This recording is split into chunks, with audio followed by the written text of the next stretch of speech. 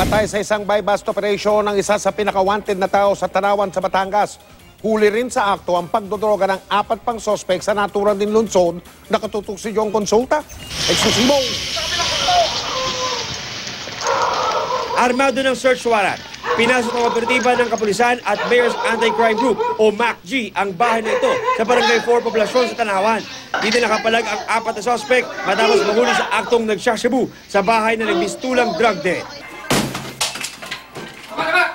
Na-recover ang 5 pakete ng hinihinalang shabu na may street value na 100,000 piso.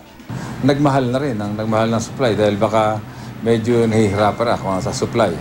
Talagang sobrang ingat nila ngayon dahil pagpasok nga ni President Duterte na alam nila hindi nagbibiro. Siguro kaya nagkaganyan. Napatay naman ang number 6 most wanted sa drug watch list ng Tanawan sa buy-bust operation kagabi. Nanlaban daw si Laureano Cabrera at nakipagbarilan sa mga pulis. Kung tangkang aarestuhin, pumalag at lalaban sa ating kapulisan, kaya nadisgrasya. Noon pa raw 2014, ilang beses nang sinulatan ni Mayor Antonio Halili si Cabrera na huminto na ito sa pagtutulak ng droga. Ayon sa alkalde, mas dumami ang natatanggap niyang death threat ngayon dahil sa pinagti na kampanya kontra droga.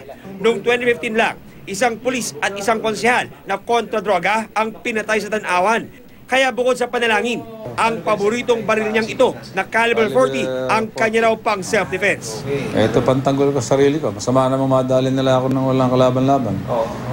Talagang lalaban tayo, di ba? Sana matulungan kami ni Chief PNP na mapagpatuloy namin ang ginagawa namin dito at hindi kami maharas dahil yung ibang kapulisan natin ay nagagamit ang grupo o mga sindikatong ito. Mula sa Tanawan, Batangas, John Consulta, nakatutok 24 oras.